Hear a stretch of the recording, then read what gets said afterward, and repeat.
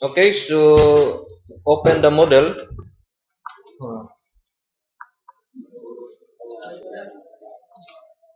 So we model the corrosion, the corrosion allowance on the splash zone area, and then we model also the cone guides. Then considering the wishbone elements, okay. So at the top, we will add also cone guides, So the cone guides detail is here. It's not been erased. So in order to use the wishbone element, we will add an adjoint, adjoint here. Okay. So go to display leveling. We will show the joints on that. So this is 701. So the distance from here to here is 3.625, joint. We find the distance. That's 3.625. So you will add another coincident joint, So joint, go to joint, and then add relative.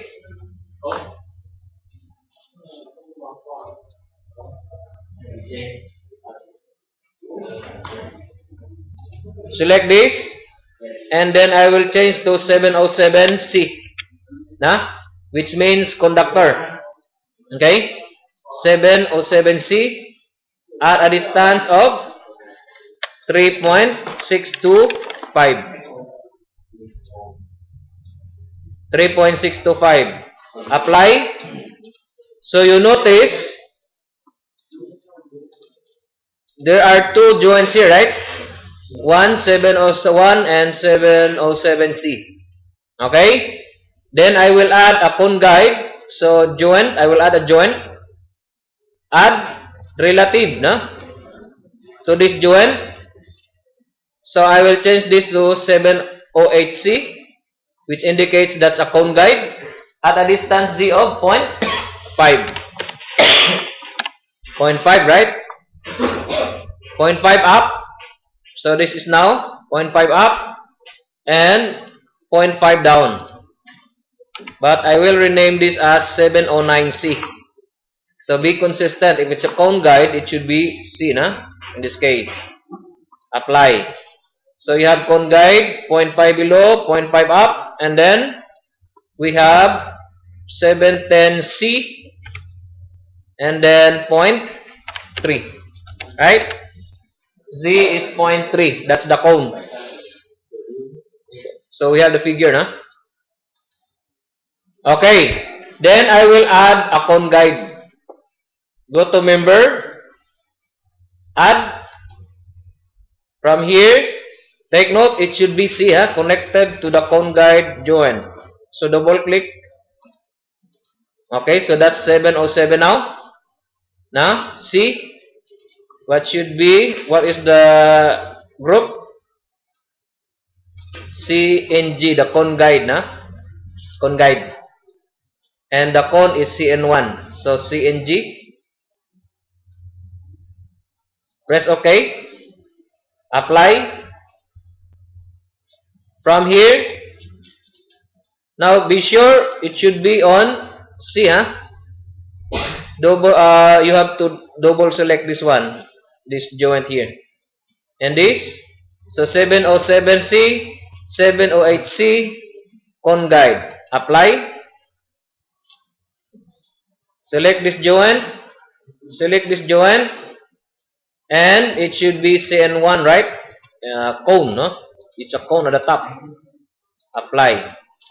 But you must check if it's correctly defined. So you have to go to line. So it's been inverted, So it should be reversed. Reverse joint.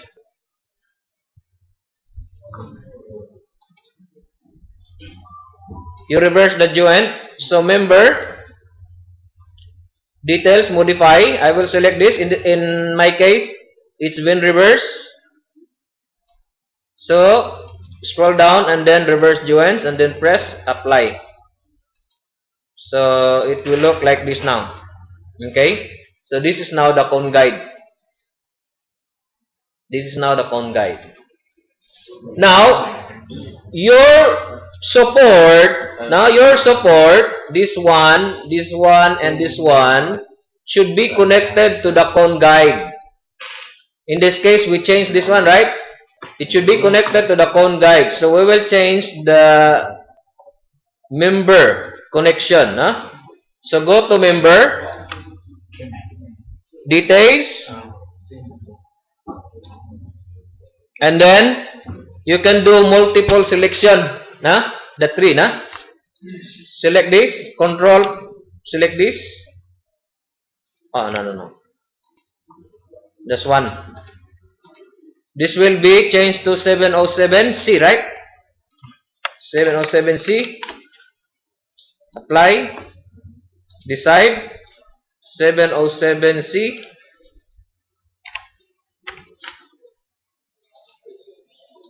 This one also 707C. Meaning this member is connected to the cone guide. Apply. Now take note, the original member is 701, 702. And the load also is not automatically changed. It's not automatically changed. So in the data gene, you change the load. You change the load. Okay. We will add a wishbone element. So to simulate lateral support only, we will add wishbone element. So to add wishbone element, go to member, go to wishbone, wishbone, and select this. The wishbone joint is 707C. Do not leave that joint because you need coincident joint. So select again. Select this joint again. So you have to select this twice. Okay? And then one at the top. The joint is at the top. The first reference. And the second is at the top. So bottom and then top. And then press apply. Okay? Save the model. And display two lines. So in this small one represent the wishbone. This one, the wishbone element. Okay. Now usually conductors will not stop on the first horizontal level, right? On the jacket, no. Conductor will be from top up to mezzanine deck. Okay. Now this conductor is actually filled with grout. So there are some tubings, grout. So it is a very heavy. It will affect the natural period of the structure. Even though it's supported vertically by piles, the conductor piles, still there will be lateral loadings. So the correct way is to model the conductors up to mezzanine. Okay? So we will add a conductor now up to mezzanine level, because the conductor is actually here only, we will model this up to mezzanine deck. And usually on the mezzanine deck, it's laterally supported. Okay? So we will add, I will add now, unzoom screen. So you press this one. You press this one, so it will look like this now. And I will add a conductor. I will add a conductor now. Okay. So join, add, relative. Then I will select this joint here at the bottom. Now this one here, relative to this line. Let us say 10 meters up. 10 meters up. Okay? So I will add a joint from here up to the mezzanine deck. You should model it usually on the mezzanine deck. So 10 meters, I will apply. Okay, the new joint is 711, no? 711. Okay, I will check if it's at the mezzanine deck level. Okay, it is 15, right? Mezzanine deck is 15, so I will check this one. If this is 15, no, it's 12. So I will change this one. I will make this 15. Okay? So that's the usual, conductor should be at the mezzanine. You model it at the mezzanine, and then usually it's laterally supported. Apply. So this joint now is at the mezzanine deck. Okay? I will add a member conductor, no? This member is actually CN, the conductor. This member. So I will connect from here up to up.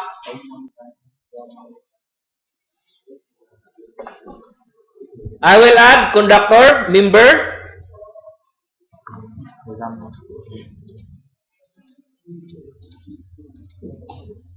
Member. Add. Select. Okay, that's correct, right? This is conductor now.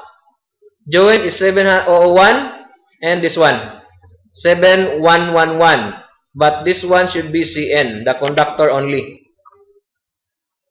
So just simply the principal add conductor, na? Press apply. Okay, so I have now the conductor. Now take note, there is a lateral support here. Na? There is a lateral support here, usually. Because it will not be supported only here, but it will be laterally restrained here. So we will go to this joint now, this elevation. Go to plan and go to elevation 15. Na 15. Apply. So this is now the joint. Na? This is now the joint. We will simulate lateral support. Now lateral support only, So we will introduce what we call as not in existing joint or dummy. No? So I will add a member, add, select this joint towards this, on that side.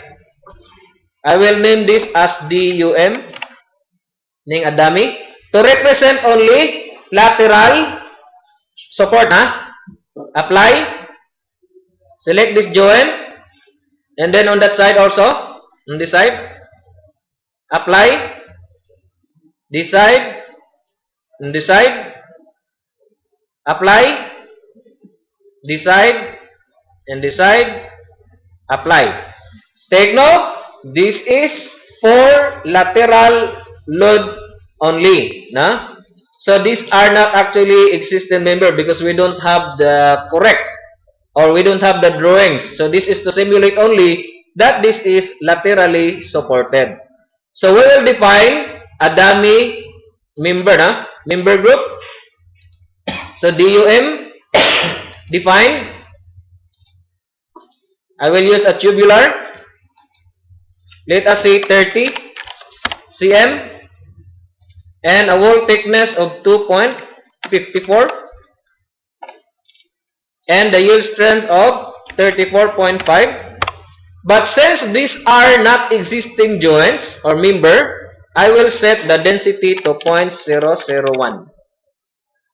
0.001, just to simulate only lateral support.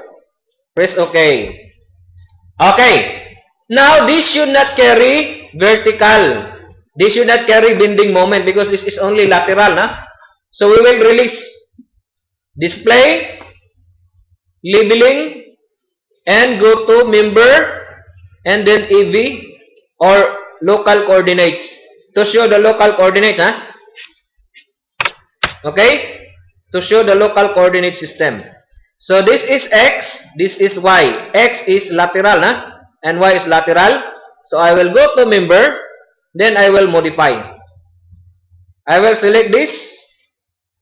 I will press Control for a multiple selection. Okay. Then I will put, take note, 711 is the first joint, right? So it should be released like, fix along X, fix along Y, release about Z, release about rotation about X, Y, Z. Okay? So your release should be 0, 0, X, Y, release about Z, release about rotation X, Y, Z. And on B, 0, 0, 0, 0, 0, 0. Or leave it blank. It's automatic.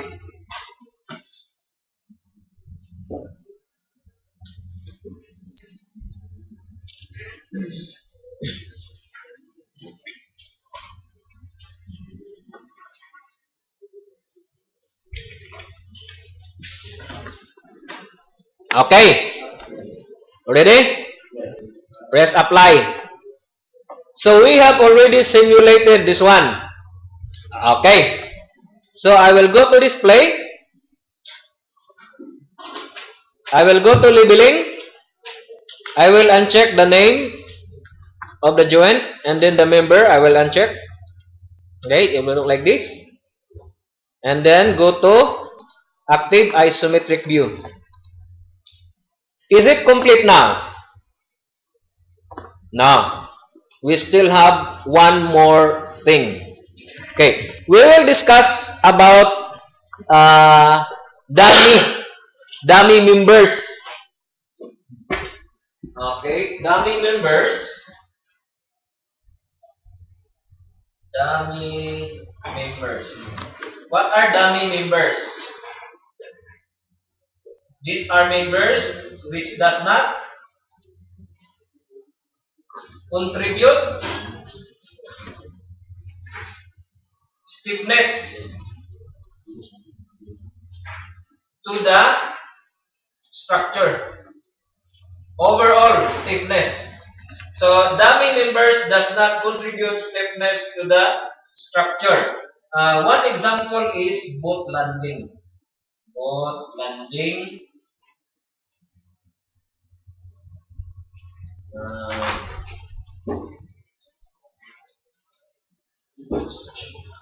Dummy structure or members. And appurtenances like risers. So dummy member or structure, this does not contribute stiffness to the structure. But we cannot remove that one. Why? It will contribute wave loadings. It will contribute downward forces, right? So we cannot remove that one. Okay? But it does not contribute stiffness to the structure. Appurtenances like risers, conductors, it does not contribute stiffness. Okay. So there are two ways to model this one. One is to use dummy cards. Dummy cards in sacks. So that's one procedure. Another is to reduce the modulus of elasticity. That's one thing. So that's why the sling, remember in lifting analysis, we reduce it to 10 kilonewton per cm squared because it should not contribute stiffness to the lifted object. Okay, so dummy cards in sacks, or we will use E of 10 kilonewton per cm squared or 10,000 megapascals. So that's one thing. Okay, so we will use this. Boat landing, we will use dummy cards. Risers, we will use E. So simulate. We will use 2. Okay, in here. Teacher and dummy section. No, it's not. It's only a section. It's only a representation. When you say dummy, it's only a representation.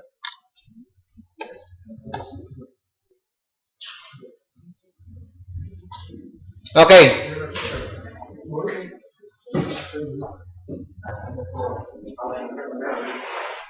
Yes, sir. Yeah. Training more people, then they do more work. Yes, sir.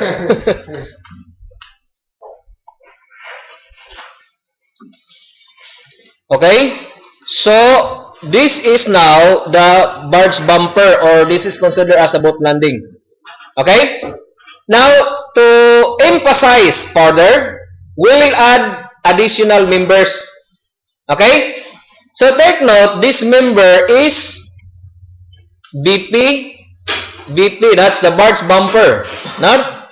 That's barge bumper. So, I will display. I will go to select. I will choose only that bumper. So, I will put include and then press BP. BP. So, this is now the barge bumper. Alright? We will add some members. We will add some members. So, I will go to display. I will go to labeling. And then name. The joint name. Press OK. I will add a member. BP1 or BP. That's only BP. Meaning you select all. BP1, BP2. BP asterisk.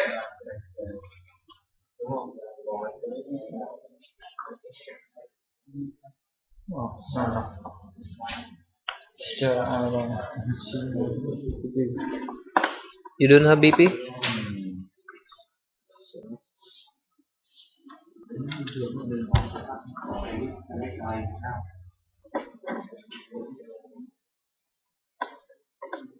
Now go back. Display. Active. What's this? Member. If details. What is that? BP. BP2 and the other one. Oh. Go to display. Select. Include. You should include.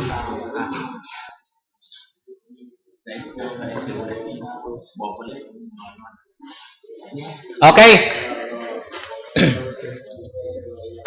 I will add a member. Member. Add. From here to here. This is our boat landing. So I will call this BP3. Apply. From here to here. Apply. And then I will add adjoint. Adjoint. So I will go to member. Divide. Ratio. Select this. Apply. Select this. Apply. So I will divide. Okay? So I will add now a member again, BP3. Add from here to here. So BP3. Apply. Okay, assuming this is our boat landing. Very simple boat landing. I will rotate this. Okay, like that. Rotate about X or Y. Okay. We will define now the member group of that barge bumper or boat landing BP3. So go to property, member group, define. Assuming this is 300 mm by 2.54 and the yield stress is 24.8 kilonewton per square meter. 30, 2.54, 20. Press OK.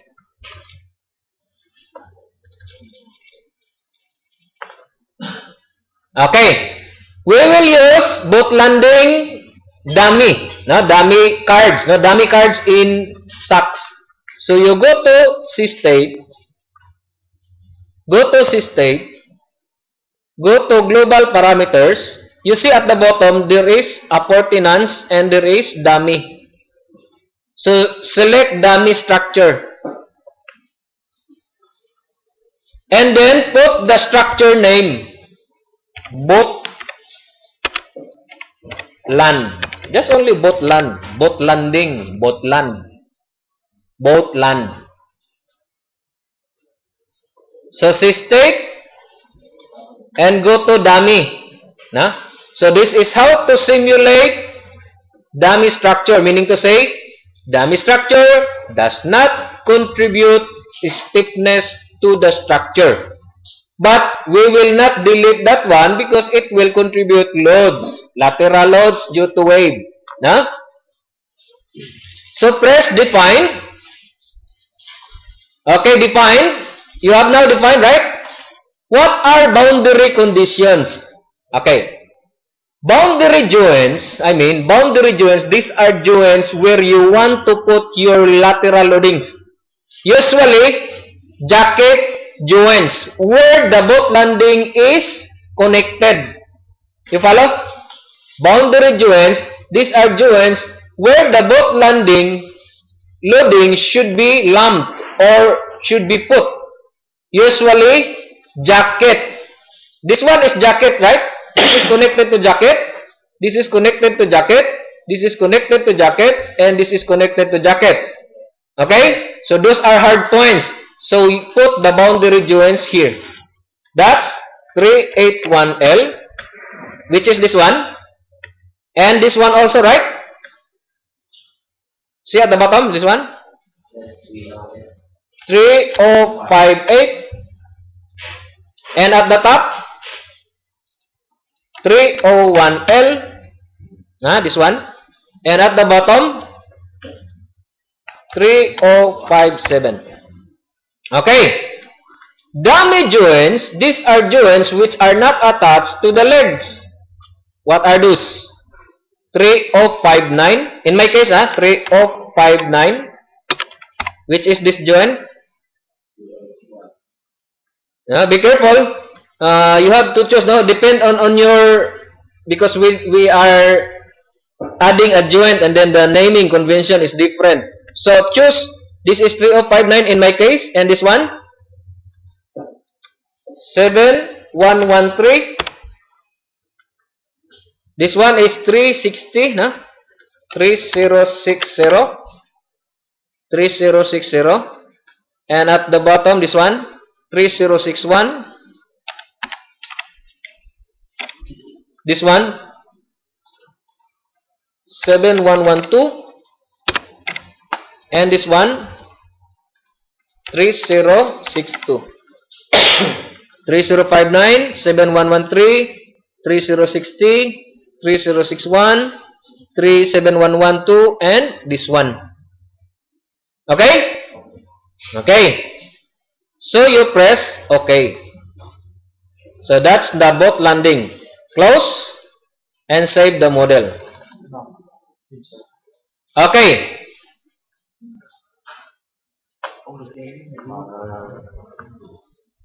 So dummy. The second one, we have risers, right? We have riser. We will not use the appurtenance, but we will use E. The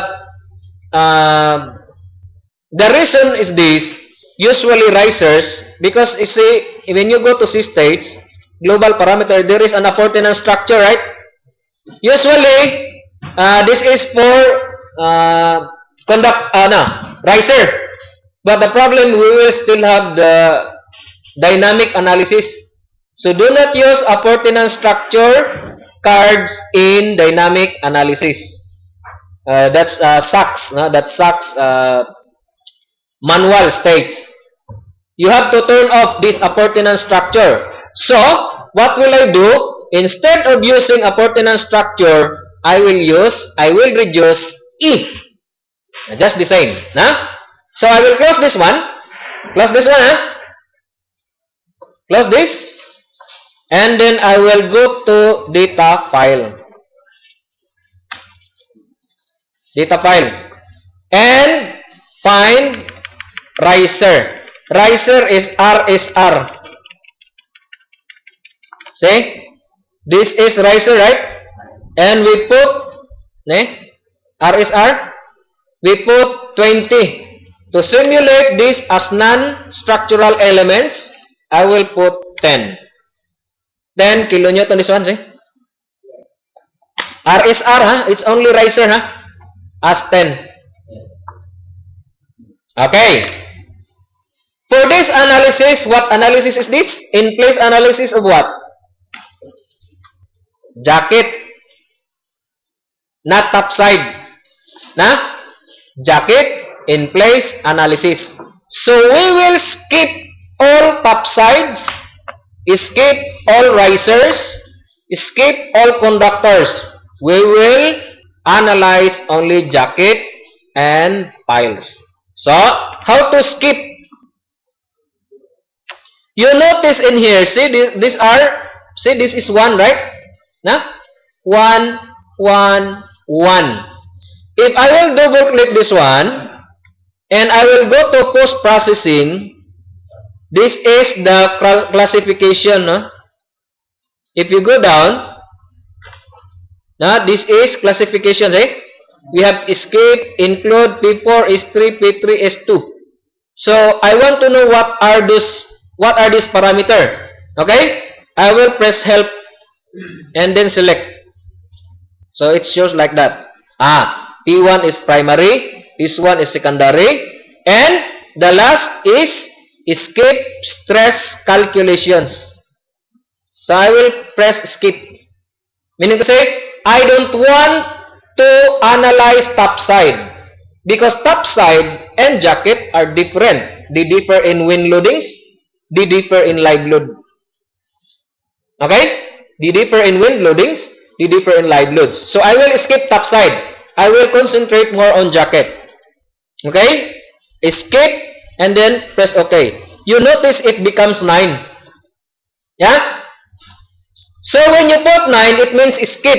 When you put 1, it means you want to analyze. Okay. Barge bumper. Shall we analyze barge bumper? No. It's different. It will be analyzed both impact loading. Okay? So I will put 9. BP3. Against that, both landing. 9. Conductor. No. We don't need to analyze conductor. So put 9. Conductor guides. No. Conductor guides, no. Conductor guides is no. Dummy, 9 also. No, we don't analyze dummy members. Dummy group, I mean. 801, 802, 4, 5, those are jackets. Leg, those are jackets. Cone, leg 6. It's topside right now, right? LG6 is topside already. Here I put 9. Cone 9. LG6 9. LG7 is not. So it's part of the jacket. Scroll down. PL, of course, we will design the piles. RSR. These are riser stub. Okay, we want to design riser stub. Riser. Riser 9. Riser stub. Okay. T01 is topside. So skip topside also. Put 9. T01 is HE600, right? That's topside, 9 also for this. Topside 03 is 9. Topside 04 is 9. Wishbone is 9. Wishbone is 9. Skip the wishbone. Okay. So, we want to analyze pile and jacket. Right? So, the next thing to do is to consider load combination. We will go to load combination. Okay? So, go to search. We will search first. We will add some labeling. And then find. And then go to load con. Load CN. Load condition. Load con.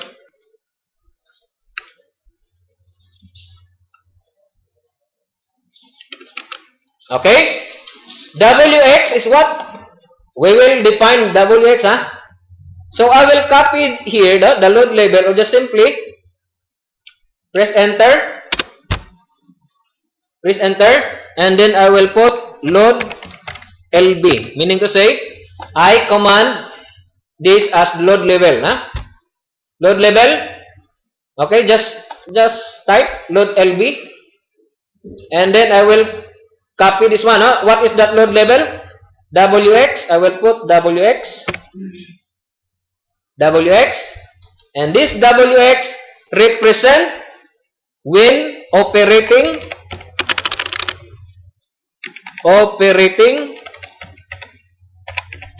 when loads 0 degree. That's 0 degree, right? So the attack is 0 degree. Okay? So it's 0 degree. WX operating when loads 0 degree. I will copy this. Copy. Right click. Copy. And then I will put also on WY. Nah? Put the cursor on the wheel here below WY. Right click again and paste. But change this one to WY. When load Y operating when, what angle is this? 90 degrees. Right? 90 degree, huh? 0, 90 degree. Okay. So I have now the label for operating when loads 0 degree, operating when loads 90 degrees. How about this 100, load condition 100? Okay. We will change this load condition 100. Take note, we have 4 water depths. Now, the first is minimum water depth. The second is maximum water depth operating. The third is minimum water depth storm. And the fourth is maximum water depth storm condition. But this one, we don't yet model whether this is minimum or maximum. Nah? I will change this one. I will change this load combination or load condition into 100A. 100A. Okay? 100A. Press OK. And then double click this depth.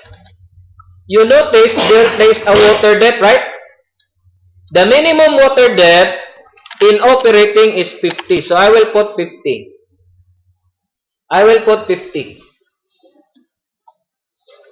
Okay. Press OK. And then I will put the labeling. Put the labeling. So I will copy this load label. Or I will put load label. It's up to you.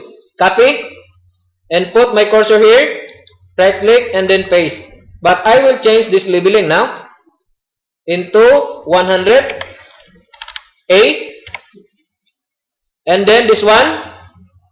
The labeling should be SACS generated weight.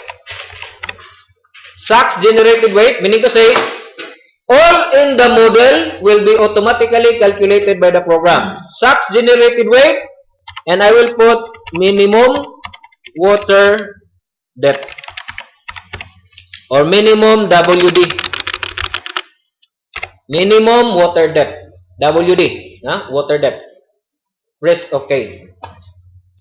100A, SACS generated, minimum water depth. I will copy this one. Press Ctrl. I will copy 100A. Scroll down, scroll down, scroll down. Right click, copy, and then put the cursor on this, and then right click again. And paste. I will change this to 100B. 100B. 100B. SACS generated weight. Maximum water depth. Maximum water depth. This is operating. So, operating condition. The operating maximum water depth is 53.3. Right? That's 53.3, so put 53.3. First is 50, 53.3. I will put another, so I will put my cursor here, and then right click, and then paste again. But this becomes C. C. 100C. Sucks generated. Minimum motor depth. But I will put 100 years term. 100 year. The upper one is 1 year. 100 year or extreme condition is the same, huh? What is the minimum motor depth storm condition? This is now with surge, huh? So 50.5. 50.5. 100 year storm. This one is, you can put 1 year here, huh? Meaning operating. You can put 1 year here. And then 100 year. Okay. I will right click and then paste again. I will put D. Sucks generated weight. Rename this as maximum water depth under extreme condition 100 year.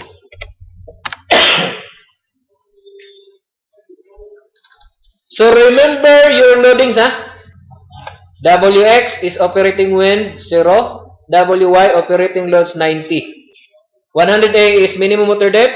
100B. So before you add a load combination, you should know what is that load condition means.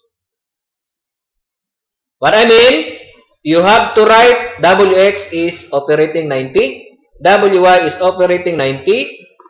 100A is minimum, 100D, and so on and so forth. Okay? In order to add this one. So check your loadings. Go down. Check if all loading has a label. Huh? All loadings has a label. Scroll down, scroll down. So there is already a label, huh? So load condition 511 extreme wave 317.2. We have already modeled this one, right? Okay. GCK. What is GCK? Load LB.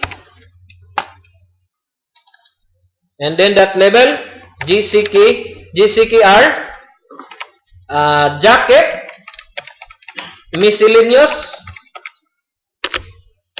loads or jacket appurtenance loads, no? So GCK is jacket miscellaneous loads. Press OK.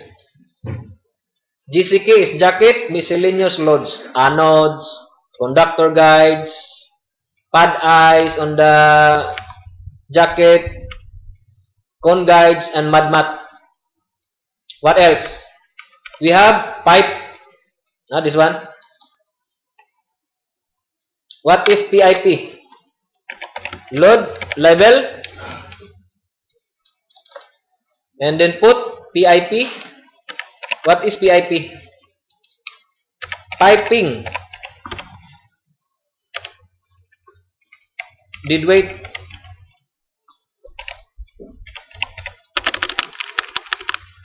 Or piping dry weight. Okay.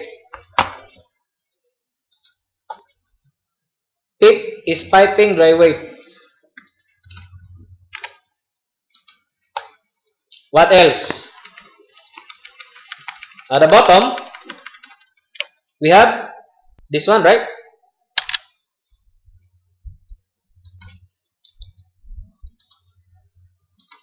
Right click and paste and change the load label.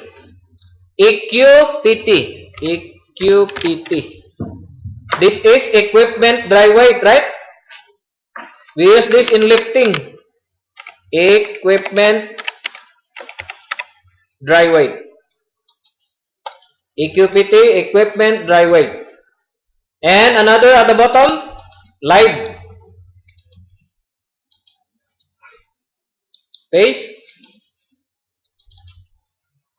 Live is live load on deck or open area live load, open area live load or live load on deck. So mezzanine and upper deck. What else? We still have miscellaneous, this one, load LB MISC, and these are top sides, miscellaneous weight or load. These are safety net, pad eyes, everything, plates, miscellaneous, top side, miscellaneous weight.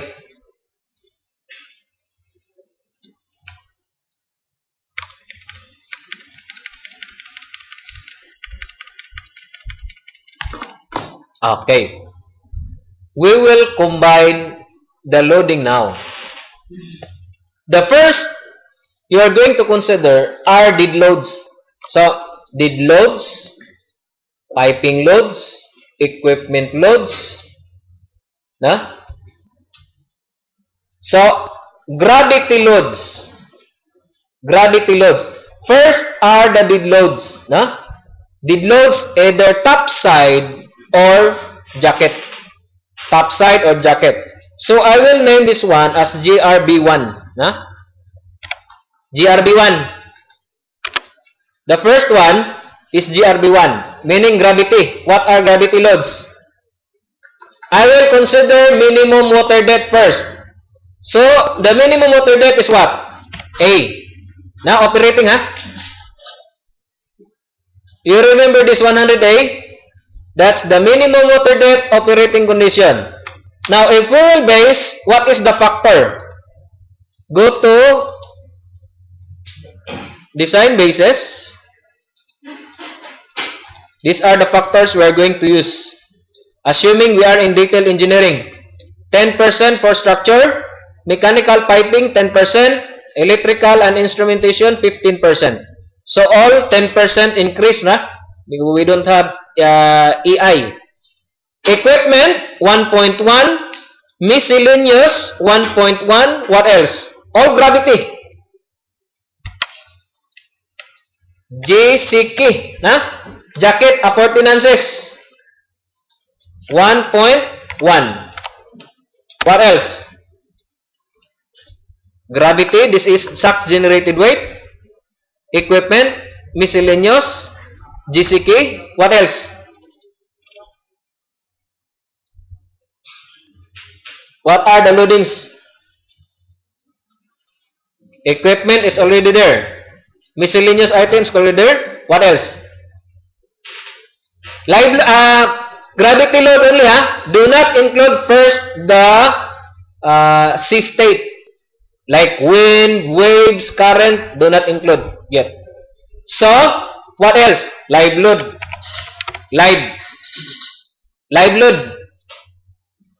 So, from self-weight of the structure, equipment, miscellaneous, GCK, live load. And what is the factor to be used in live load? Go back to design basis. Live load, design basis, we have here, see? Design loads, following design loads condition are considered. Extreme, 100, operating, 100. And then we have this. Open area live load with 50% reduction factor. So, 0.5 only. 0.5. Okay? So, I will put 0.5. 0.5. What else? Do we have any gravity loadings?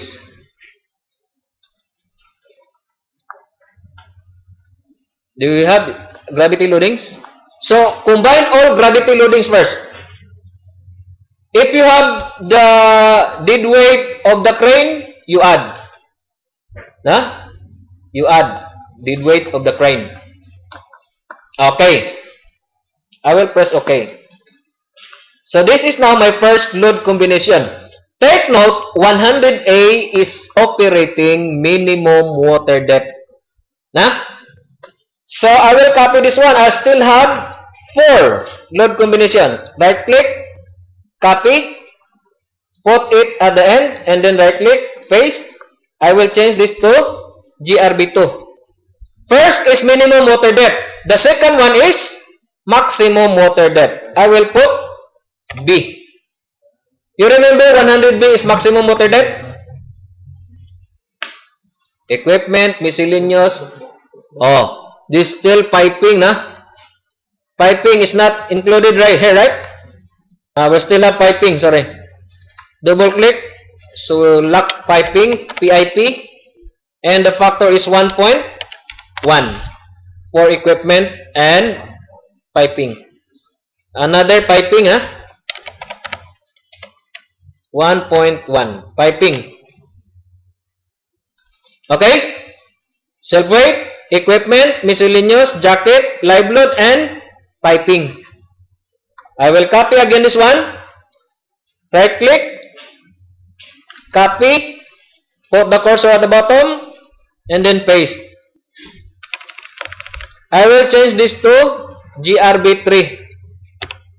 And this one is C. Now this becomes C.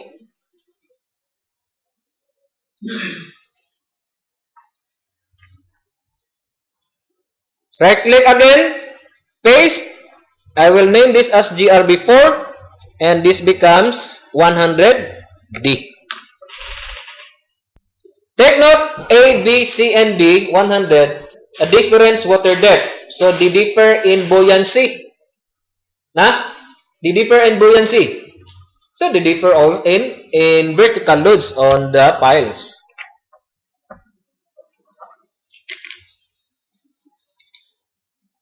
What else? These actually are pre-combination. These are your dead loads.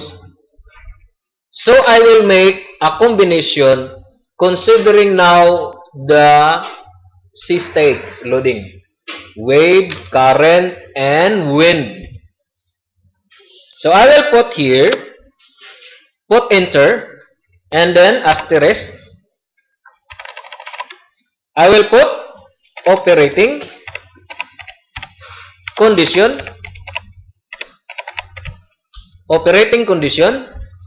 dash minimum water depth.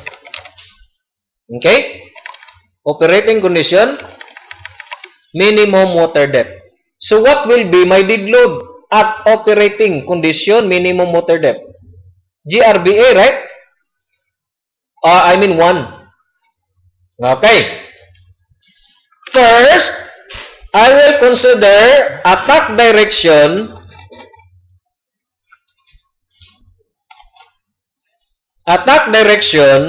at 0 degree. At 0 degree.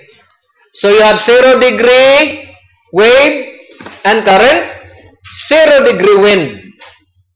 Right? Okay. So I will do here.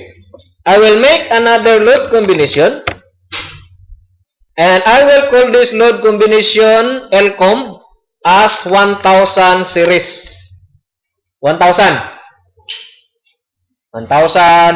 and then for another depth 2000, and then 3000, and then 4000. 1000. And what are, if this is operating condition minimum, what will be the first dead load? GRB 1. GRB1. The factor is 1.0. So I have now all the gravity. This includes the weight of the marine group because it's automatically calculated by the program. No? So GRB1 is 1. What else? I will model now wave current. So what is wave and current at 0 degree? Wave and current, 0 degree. Okay, I have here, to be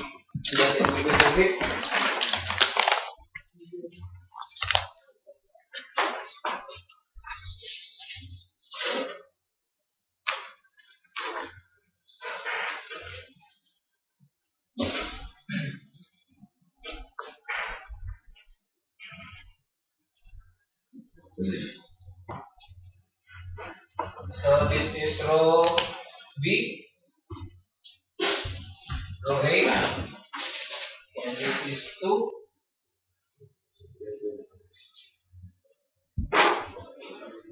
This is 0 degree attack, and that is 200, 200 wave and current operating. And then we have also this diagonal. So this is load condition to 1 at 42.8 degrees. And then on the other side, 90 degrees to that is 202 at 47.2. And then this one, this is 203, 90 degrees attack. This one is 204,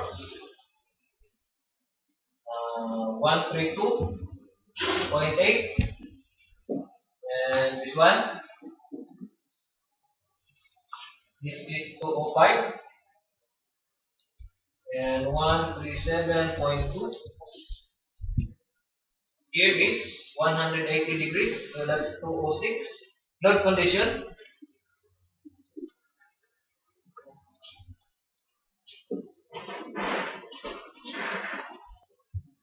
Two 7, 222.8, 208, 227.2. This is 209, 270. The other one is 210, load condition, and the other one is 211. So, wave and current 200 plus the wave, wind, you add. So the first load condition is 200. So this is attack direction at 0 degree. So we will start 0, 42, 47, 90, counterclockwise direction. Okay? So 200, I will put 1.0. 200 is attack direction, wave current 0 degree, 1.0. What else? We have dead load, gravity load, wave current plus the wind, Wx 1.0. Okay? Is there anything?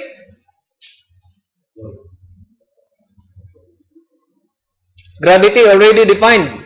So all live load, this includes live load, everything. Piping loads. Wind load already there. Okay, press OK. I will copy this one. Paste. I will name this as 101. 101 is attack direction at 42.8. So this becomes 201. Right? 101, 201. The question is, what will be your wind loading now?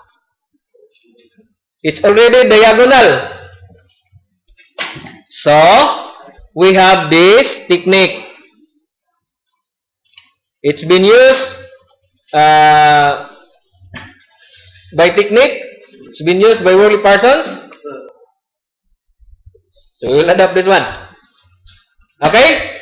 So, on this diagonal, so this is being actually derived, no? How this formula comes.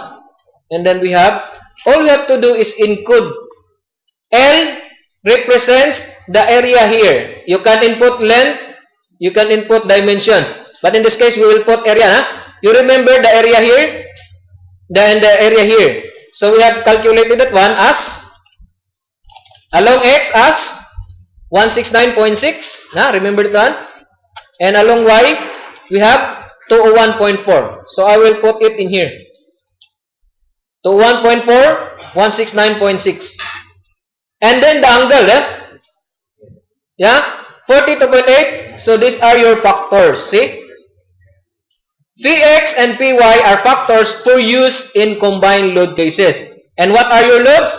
Fx and Fy shall be used as basic load cases. Okay. So it will be like this. 101 or 201 is attack direction at 42.8, right? So I have Wx, I will make this smaller. Double click. What is the factor for Wx? Wx is 1.13. 1.13. And 0.881. So I will put 1.13, and then for y, Wy 0.881. 0.881 or 0.88 only. 1.13 and 0.88. Press OK. So this is now 101. What else? I will copy again this one. Right click, copy, right click, paste. I will name this as 1002. This becomes 2002. And what is the factor? So we have, okay, we have already done 42.8. Next will be 47.2. So this is, 47.2 input, I have 0.958 and 1.05. Okay? 1.05 and 0.958 or 0.96. I will put 0.96. 202, Wx 1.05, Wy of 0.96. You notice Wx and Wy are plus y. Why it's plus? See? Our Fx is on that direction, right? Our Fy is in that direction. See? The Fx component of this is to the right. Same as this. That's why it's plus. The y component of 2, 1 is this, right? So that's why it's plus. This is Fx, Fy. Or when x, when y. In this 2 or 3, I will add another attack direction. I will copy this 1000. Copy. Right click. Paste. This is 1003. And no longer Wx but Wy. Plus. 90 degrees is plus. 1003. What else? You notice 201, 202, 204, 205, 207, 208, 210, 211 are the same. They're the same. That's on the diagonal, right? I will copy 101 and 102. Sorry. 101, 103, 104. Sorry. 101, 2, this one 3. 203. Okay. I will copy 1001 and 1002. Right click, copy, put it on the end, and then paste. I will name this as 4, 5. This one, 4, 5. And what is your factor? Oh. If it's the same, then it's the same with this. Your win X, take note we model only WX and WY. See, this is now, we are now here. 204 is X components that. And your WX is this. How can you make like that? Multiply this by minus 1. Yes. And then this one is plus, your fx plus, So, this is minus what? This becomes, my x is minus x positive y. This one is minus x positive y. You follow? Yes.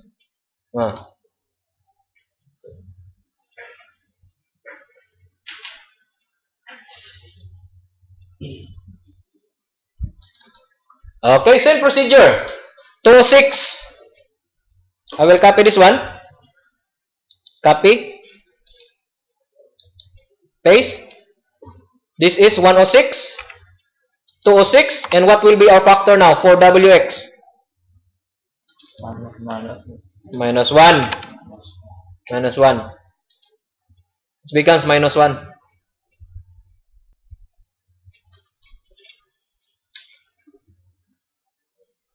And then the same,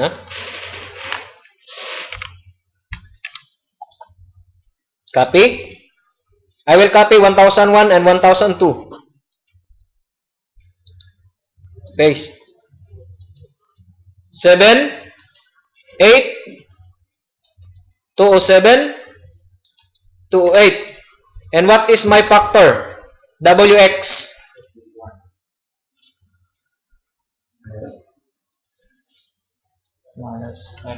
Minus. And this one? Minus. Minus all, right? Yes. Is that correct? Yes.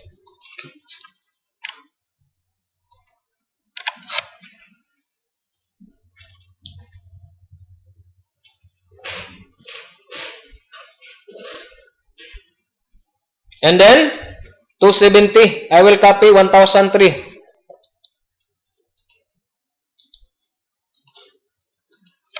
9. 9. And what is your y? Minus. Minus.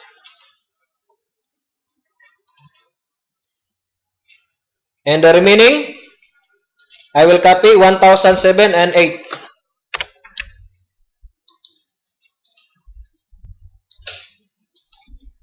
This becomes 110, 11, 210, 11. And what are my factors? Horizontal component plus y component. So this becomes what? X. X. What is X? Plus? Plus. But your y is minus. So this is correct.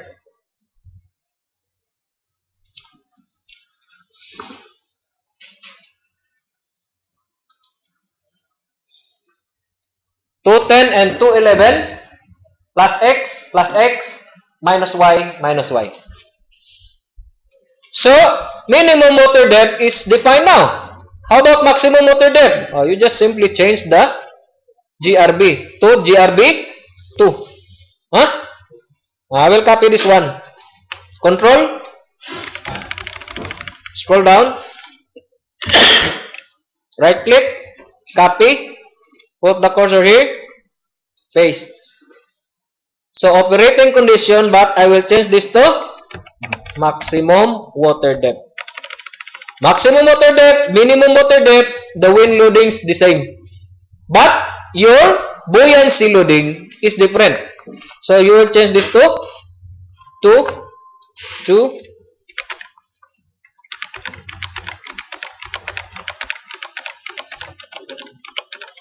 And your load combination will change also. This becomes 2000 series now. 2000.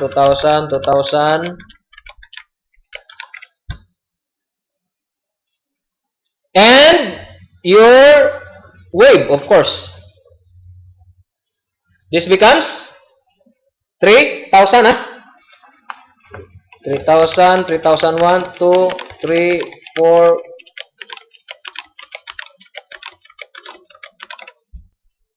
3,000. Wind loading, the same. Okay. We have already defined operating condition. The next will be storm condition. Take note, our wind loading is in operating. Right? It's on operating. We didn't model the storm condition, but still we can manage to convert that one. Okay. I will copy this one. The first series. Control. Up to 1001. Right click. Copy. Put the cursor here. Right click again and paste. Okay? I will change this. This is my load combination under extreme condition. Extreme means 100 years, huh? Extreme condition minimum water depth. Take note, we are still at the modeling. There are so many parameters which will be checked. Number one, your gap, minimum gap. No, the distance between the bottom of the lowest portion of your section. It should not be less than 1.5 meter. Air gap. So I will change this to 3,000 series. 3,000. 3,001, 2, 3, 4, 5, 6, 7, 8, 9, 10, 11. Your gravity should be 3, na? 3, 3.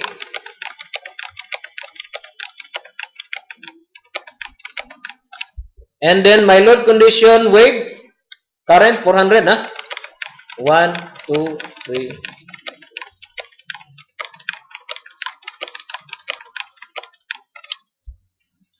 Now, my question is, what will be the wind along X? Because this wind X is operating. Nah, this is an operating, right? And it should be in stream storm. So you need to calculate the velocity. Okay? So I have here the calculation as per API 2A. Wind calculation. So the first velocity we have operating, this is operating, right? 10.5. So we were able to calculate at gust factor of 1 minute of 12.04. So we need to consider what will be at extreme condition. So design basis, at extreme condition, we have this one, 15. 1 hour, 10, 100 year, 15 meter per second. But take note, this is at 1 hour. As per design basis, it should be on 1 minute mean, right? 1 minute. So convert 1 hour into 1 minute. Okay, we have the calculation. We will use that one. So I will copy the operating case and then put wind pressure storm. So I will put here 15. 15, 10, 1 hour, 10 meters, 60. So I got 17.49. This should be the velocity at extreme, 17.49, and the wind pressure at operating is 12.04. We will convert operating into extreme. So I have actually discussed this one. So we're going here. Instead of adding a load combination in extreme condition, just simply convert that one operating. So wind pressure, what is wind? Force on wind. 1/2 density air, shape coefficient, area, and velocity square. If I will call this as operating, becomes operating square. When operating also, I will convert this operating into extreme. So if when extreme, you notice the same air, the same CS, the same area, but the differ in. So the factor is what? Extreme 1/2 air A B extreme divide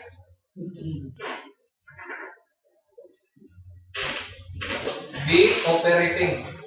Cancel out this one. I have a factor of this. Factor is B extreme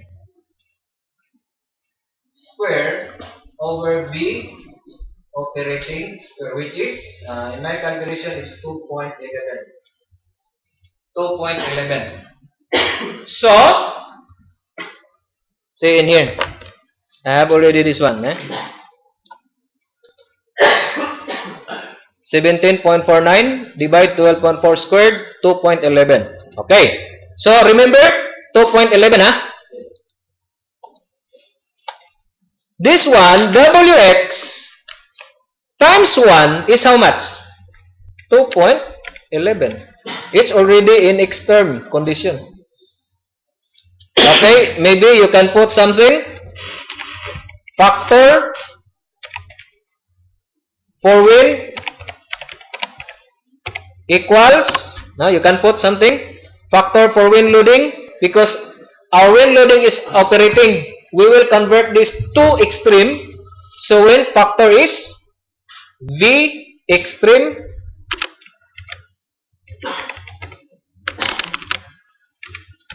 velocity at extreme divide V extreme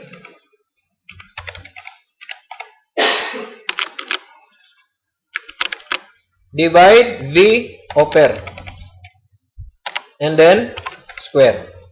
So that's how 2.11 comes out. 2.11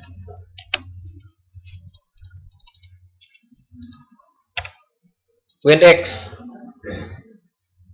How about when x in 3001? 1.13 times 2.11, So multiply this by 2.11, it becomes extreme how much? Calculator.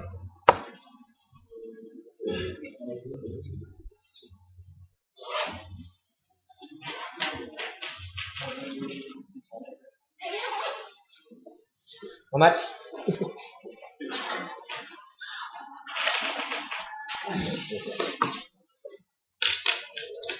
So 2.11 multiply this by 1.13, I've got 2.38. 2.38. 0.88 times 2.11, 1.86. 1.86. And then 1.05 multiply this by the factor of 2.11 is 2.22. 2.252. And 0.96 times 2.11 is 2.03.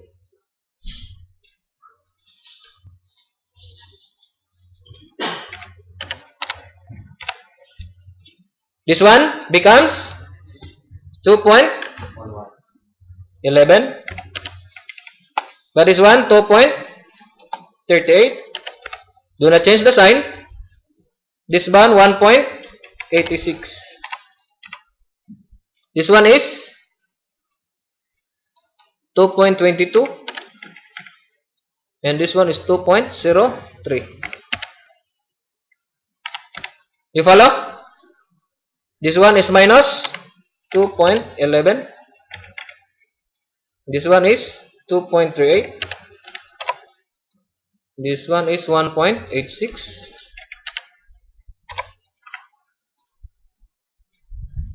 2.22.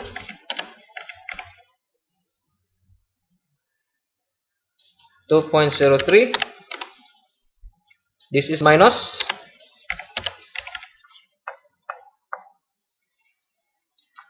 2.38, 1.86. So once you master, just type, na? But be careful, it's too sensitive.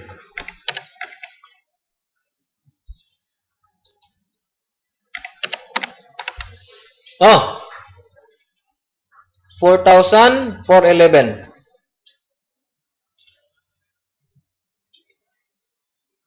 Save. So multiply, factor, when 2 becomes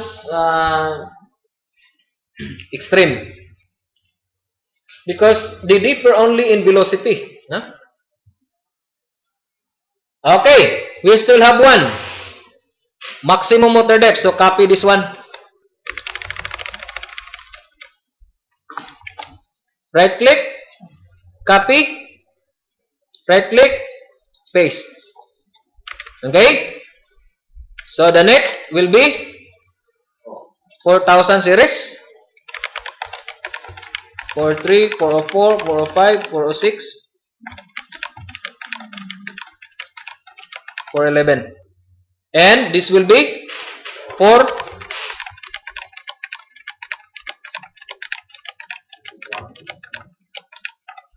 And this will be 5.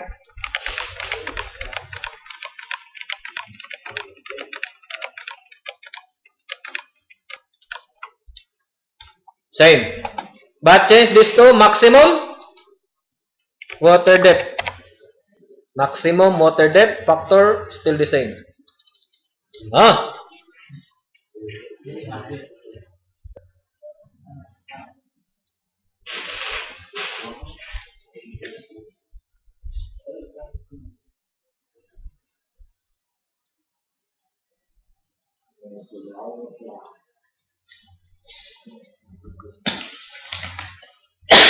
This is simple, It becomes complicated when there is a tendereg.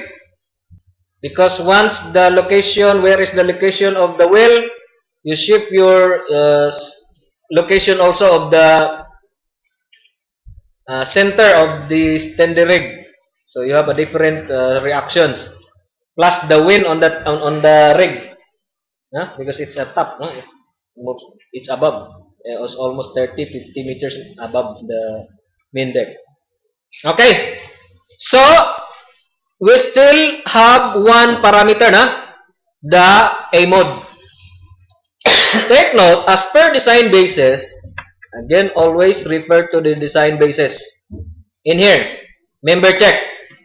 Section 1.3, advocacy of structural elements are checked based on member forces and section